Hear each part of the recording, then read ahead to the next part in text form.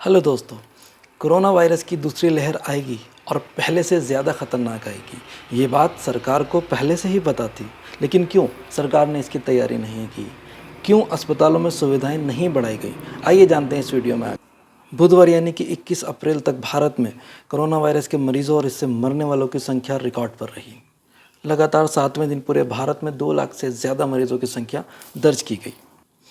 अब तक किसी एक दिन में ये आंकड़ा बढ़कर 2,95,000 मरीजों और 2023 मौतों के साथ उच्चतम रहा, अब तक का सबसे ज़्यादा रहा।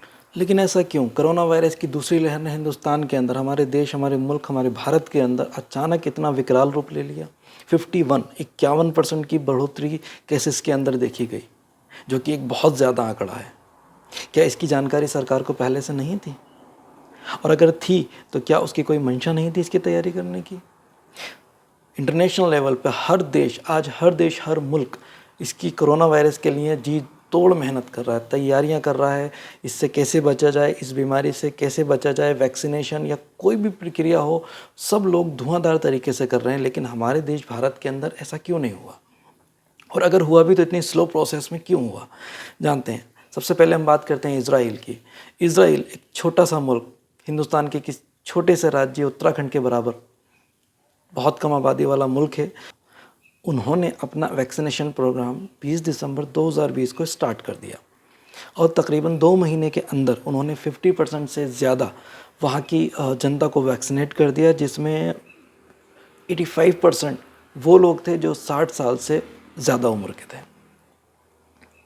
और इससे फ़ायदा क्या हुआ कि जैसे ही वैक्सीनेशन उनका बढ़ता गया, वैसे ही उनके वहाँ 2 महीने के अंदर अंदर जो कोरोना वायरस के केसेस की संख्या थी वो 77% कम दर्ज की गई। जो वहाँ केस बढ़ रहे थे वो अचानक से वहाँ घटना शुरू हो गए और गिरावट भी देखिए, 77% की गिरावट दर्ज की गई। और 21 अप्रैल आते आते उन्होंने वहाँ आम इंसान की ज़िंदगी को उस तरह से ओपन कर दिया जिस तरह से 2019 में हुआ करती थी। कोरोना से पहले की जो लाइफ थी उस तरह से उन्होंने बिल्कुल ओपन कर दिया। मॉल ओपन कर दिए, रेस्टोरेंट, बार, बीच, सिनेमा हॉल, एवरीथिंग, स्कूल, सारा कुछ उन्होंने ओपन कर दिया। तो ये नतीजा हुआ वैक्सीनेशन का, क्योंकि उन्होंने 21 अप्रैल तक तो उन्होंने मास्क की भी अनिवार्यता ख़त्म कर दी कि हमने कोरोना पे काबू कर लिया है। आपको हमारे देश के अंदर कोरोना वायरस से बचने के लिए मास्क लगाना भी ज़रूरी नहीं है।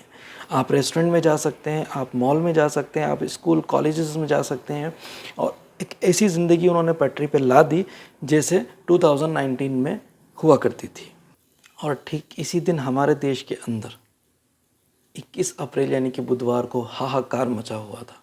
सबसे ज़्यादा 2,95,000, 3 लाख के करीब केसेस दर्ज किए गए। 2,000 से ज़्यादा मौतें दर्ज की गई। लोग ऑक्सीजन के लिए तड़प रहे हैं, लोगों को बेड नहीं मिल रहे हैं, हॉस्पिटल के अंदर जगह नहीं है। हॉस्पिटल जो हमारी स्वास्थ्य प्रणाली वो पूरी तरह से चरमराई हुई थी। अब इजराइल ने तो अपना प्रोग्राम 20 दिसंबर को स्टार्ट कर दिया था।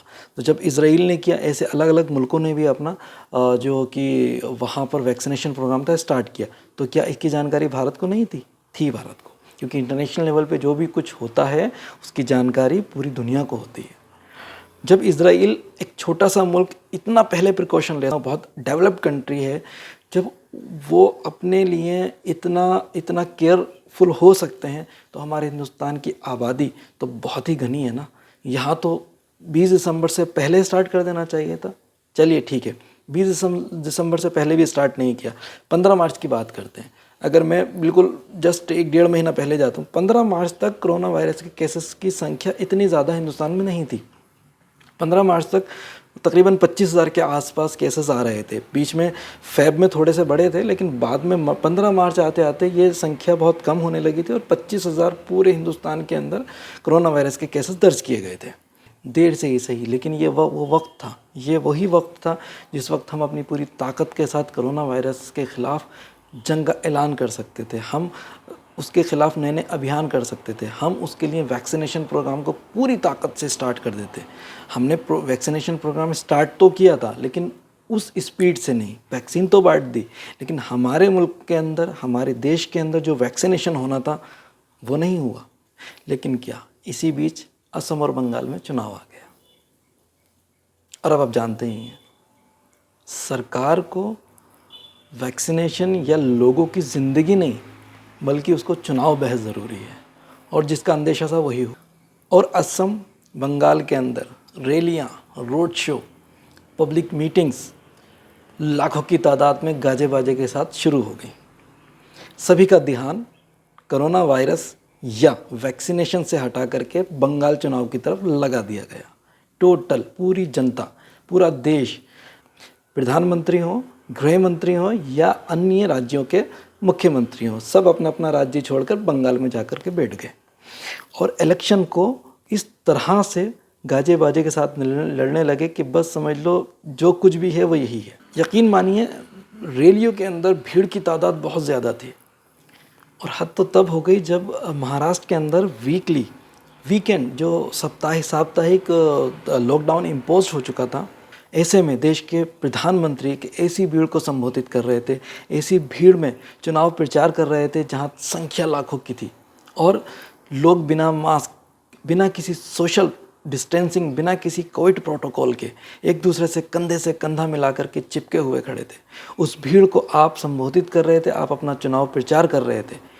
ये कहानी थी सुबह की, और शाम को आप मुख्यमंत्री, देश के अलग अलग राज्यों के मुख्यमंत्री के साथ बैठ करके शाम को मीटिंग कर रहे हैं कोरोना वायरस की दूसरी लहर के ऊपर की स्थिति जानने की मीटिंग कर रहे हैं। ऐसा कैसे? आप खुद फॉलो नहीं कर रहे किसी भी चीज़ को और शाम को उसी पे मंत्रणा कर रहे हैं आप। कमाल है। और इसके बावजूद 21 अप्रैल तक जब 2,95,000 केसेस की संख्या है, तो 22 को क्या हाल होगा और 23 को क्या हाल होगा। उसके बावजूद भी प्रधानमंत्री 23 तारीख को फिर से बंगाल के अंदर या जहाँ जहाँ चुनाव चल रहे हैं 4 रैलियाँ बैक टू बैक एक दिन में करेंगे। जब कांग्रेस के, मैं किसी पार्टी के खिलाफ और साथ नहीं हूँ, लेकिन जब श्री राहुल गांधी ने ये ममता बनर्जी ने और राहुल गांधी ने जब ये कहा कि वो अब कोरोना वायरस की दूसरी लहर को देखते हुए बड़ी रैलियां नहीं करेंगे, चुनाव प्रचार नहीं करेंगे, तब जो हमारे केंद्रीय मंत्री हैं मौजूदा सरकार के, उन्होंने उनका माखौल बनाया, उनका मजाक उड़ाया। अरे आप खुद तो रैलियाँ रोक नहीं रहे, अगर कोई दूसरा कर रहा है तो उसको तो करने दो, उसका क्यों मजाक बना रहे हो? जबकि आप खुद तरह तरह से लोगों को मैसेज देते हो, 2 गज़ दूरी, मास्क है ज़रूरी, कड़ाई भी, दवाई भी, वो सब आपकी रैली में फॉलो नहीं होता, आपके ऊपर लागू नहीं होता। क्या आपको देख के कोरोना वायरस नहीं आएगा वहाँ पे, या चुनावी रैलियों में कोरोना वायरस नहीं आएगा? वो सिर्फ बाज़ारों में है, स्कूलों में है। लोग, अगर आप अपना कारोबार कर रहे हैं, कुछ कमाने के लिए कुछ कर रहे हैं, वहाँ तो कोरोना वायरस है, लेकिन रैलियों में कोरोना वायरस नहीं है। ज़रा सोचिए, अगर आपने चुनाव को तरजीह नहीं दी होती तो शायद आज लोग अस्पतालों में बेड के लिए नहीं जूझ रहे होते, ऑक्सीजन की वजह से मर नहीं रहे होते, हमारी स्वास्थ्य प्रणाली इस तरह से चरमराई हुई नहीं होती, किसी का बच्चा उसकी माँ के कदमों में दम नहीं तोड़ रहा होता। इलेक्शन होते रहेंगे अगर देश रहा तो। अभी इलेक्शन का चुनाव प्रचार मत करिए, अभी देश को बचाइए। वही स्थिति है जो सन 2020 में हुआ करती थी। उस वक्त जब कोरोना वायरस स्टार्टिंग में अपने पैर पसार रहा था, तो गुजरात में कोई बड़े लीडर का स्वागत हो रहा था और महाराष्ट्र में सरकारें गिराई जा रही थी, और इसीलिए लॉकडाउन या कोई भी फैसला नहीं लिया जा रहा था। और जब लिया गया तो अचानक से ले लिया गया, और सारी जो एक आम इंसान था वो चरमरा के रह गया। आज तक वो सही नहीं हुआ। अगेन वही हुआ 2021 में, जब कोरोना वायरस की दूसरी लहर अपने पैर पसार रही थी, फिर वही आप अपने चुनाव में लगे हुए हैं। आपको देश की परवाह ही नहीं है, आपके देश को जनता की परवाह नहीं है। सिर्फ आपको सरकार बनानी है, और आप सरकार बना के मानेंगे, भले ही लाखों करोड़ों लोग मर जाएं, आपको कोई फ़र्क नहीं पड़ता। इलेक्शन तो होते रहेंगे अगर देश रहा तो। अभी देश को बचाइए, सरकारें ना बनाइए।